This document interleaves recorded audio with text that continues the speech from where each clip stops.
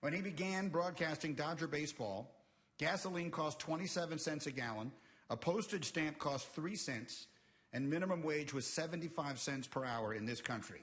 It is my honor to welcome on the Shell Pennzoil Performance Line the one and only Vin Scully to ESPN Radio. Vin, thank you so much for taking this time. I hope you're feeling well today. Mike, I feel fine. Thank you for asking, and I trust you are the same. I am. Thank you. Today, 4 years to the day since Vin Scully broadcast his last Dodger game, and it is really such a treat for me. I can't tell you the reaction that I'm getting from people when I told them you were going to be with me. So let's go through as much as we can in the time that we have. And I'd like to start at the very beginning. I mentioned that you began your broadcasting career in 1950 in Brooklyn. What are your, as you look back on it now, your fondest recollections of those earliest days for you in Brooklyn? Well, we had a relationship in the broadcast booth that I don't believe we'll ever see again. In essence, Red Barber was the father, Connie Desmond was the older brother, and I was the kid brother. And thank goodness both Red and Connie made sure that I would get through it without making too many gaps or mistakes. And once in a while, because he really cared that I would succeed, Red Barber would treat me like a father and son relationship, so that he would correct me after the game, not on the air. I'll always remember during my first season, I mentioned that Willie Mays was the finest or greatest ball player I ever saw. And when the broadcast ended, Red said, "Young Scully," he said, "you have not been around long enough to tell us the greatest ball player you ever saw." And immediately I was chastened and realized he was correct. And then Connie, being the older brother, and he would say, "Oh, come on, you're fine. You're doing great." So it was a remarkable atmosphere, and I don't think you'll ever see or hear that again. It's an extraordinary story. In your very first game, Jackie Robinson was hitting cleanup. And Vin, in light of the climate in this country right now, he seems especially relevant, maybe as much so as practically ever. When you think of him today, of Jackie Robinson, what do you think of? Well, I think of an outstanding ball player. I can see that big smile and laugh. I remember we ice skated, or at least he was going to try, up in Grossinger's in New York. That's a famous resort. And interesting little bit of a story. We were both sent up there to talk to the patronage at Grossinger's about baseball. It was an idea to promote fans and, anyway, to stir interest. And I arrived, being a New Yorker kid raised in ice skating in the winter. I carried my skates. Jackie and his wife Rachel arrived. Rachel was about 7 months pregnant. And Jack said, "Oh, you're going to go skating?" And I said, "Yeah." He said, "Well, I'll go with you."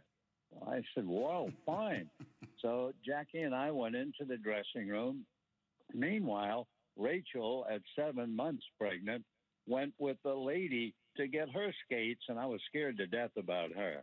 Anyway, Jackie and I are sitting alongside of each other, putting on our skates.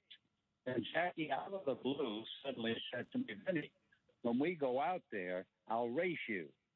And I was shocked, and I looked at Jackie, and I said, "Jack, you're from Southern California, a football star, baseball star, great athlete. I never knew you skated." And he said, "I've never been on skates in my life." And I said, "Well, there's no way that you could beat me."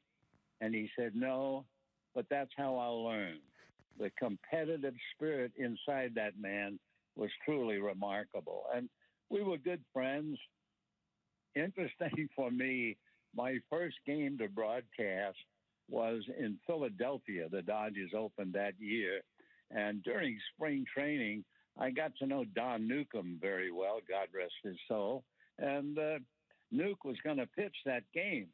And I would say to him, "Come on, Don, really be ready for my debut. I want you to strike out everybody." And, of course, with that big belly laugh, he'd laugh. And so before the game, Red assigned me, we'll say the fourth inning. And I said, great. And then I was thinking, I'm going to broadcast Don Newcombe's first game. What a treat this is. Newcombe was knocked out of the game before we got to my inning. So, and we gagged about that ever since. I mean, that was a running gag with Newcombe and myself. The unmistakable, legendary voice of Vin Scully with me. He is now on Twitter. Everyone in the world should be following Vin Scully, who is on Twitter at the Vin Scully. Let me ask you, if I may, the impossible questions that I'm sure you are asked literally every single day. And we'll start with this one. What is the greatest game, in your opinion, the greatest game you ever called? The greatest game I ever called, probably because of the significance of it, a perfect game in the World Series. I don't know how you can top that very often. Koufax's perfect game was a magnificent spectacle where the Dodgers only had one hit against Bob Henley.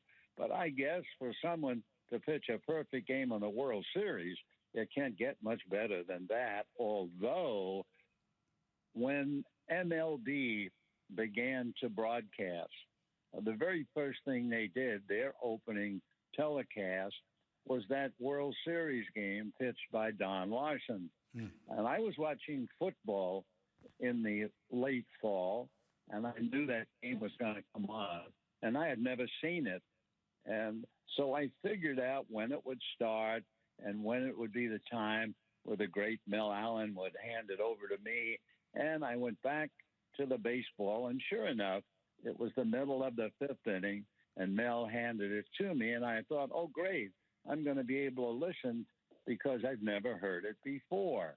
And the telecast began for me, and it was so dull, it was excruciating to me because in those days, the newspaper people constantly badgered announcers saying that they talked too much. So Mel and I not only barely talked on the air, we also did not say anything about the fact that a perfect game was evolving. I guess it started with Mel because in the first 4.5 innings, he referred not to a no-hitter, but so that's the 10th consecutive out, the 11th consecutive. So when I got it, I certainly deferred to the great Mel Allen, and I continued that that's the 18th consecutive and 19th. And meanwhile, the camera work was not as sophisticated as it is today. And you basically had one shot, and that was the mound and the hitter in Yankee Stadium, for instance. And to be honest, I thought the broadcast was so dull that I turned it off and went back to football. My goodness, Vin Scully is with me. I have a suspicion others might feel differently, but it is thrilling to hear you, or fascinating to hear you say that. Continuing the impossible questions, you got in trouble in your first broadcast, you said, for naming Willie Mays as the greatest player you'd ever seen. Now, if I were to ask you, I think you are more than equipped to answer. Who is the greatest player you ever saw? Well, I would still say Willie Mays, but again, remember, I grew up watching the National League. I worked the National League. We didn't have interleague play. I realized that there were great players, especially Joe DiMaggio, and the other numbers that were put up by Mickey Mantle probably equate to the same, if not even slightly better than Mays. But because of Mantle's injury to his leg, I think he stepped in a drainage, something in Yankee Stadium, and from then on he couldn't cover the ground that he normally could. But Mays was spectacular every day he played, and I just thought, in my humble opinion, because there are certainly many great players, but I thought that all around, the threat of a home run, a base hit, a stolen base, a great catch, a great throw, all of that defined Willie Mays. And one other thing about Mays that always struck me, when I was in school trying to play baseball at Fordham, I played center field. And, of course, my big concern was charging a base hit. and having it go through my legs and go all the way to the center field fence.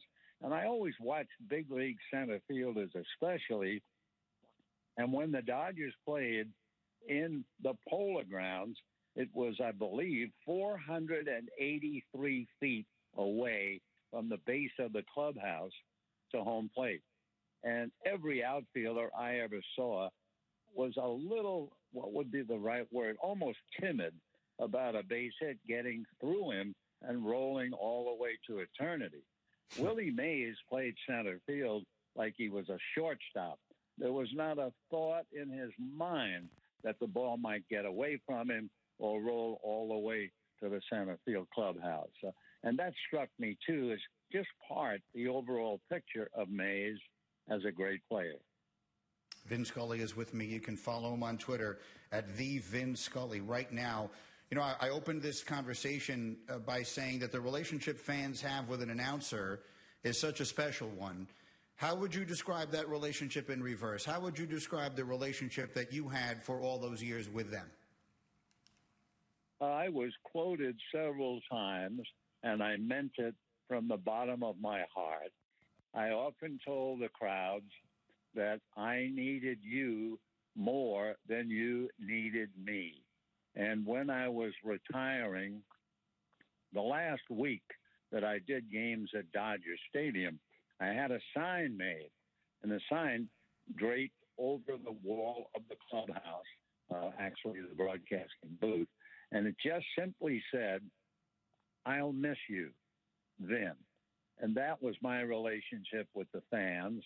The last day of the season, the Dodgers allowed me to play a recording on the PA system, my singing, God bless us, of "Wind Beneath My Wings."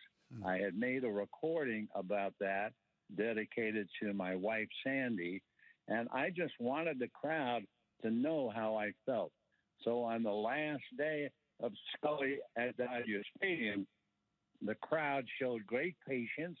So did the team. They were bursting to celebrate, but they stood quietly in the middle of the diamond, and they played "Wind Beneath My Wings," the song that was for my wife, but on that particular day, I was dedicating it to the fans. It's beautifully said. I have limited time with you here, but I have one last question, if I may. You know, Vin Scully, our nation is in a divided and at times disheartening place, and I just wonder, over the many years, what role have you seen the game of baseball play historically during challenging times in our nation, and what role do you think it can play now? Well, that's asking a lot of me because in some respect, despite broadcasting a lot of games, I live a very small, quiet life.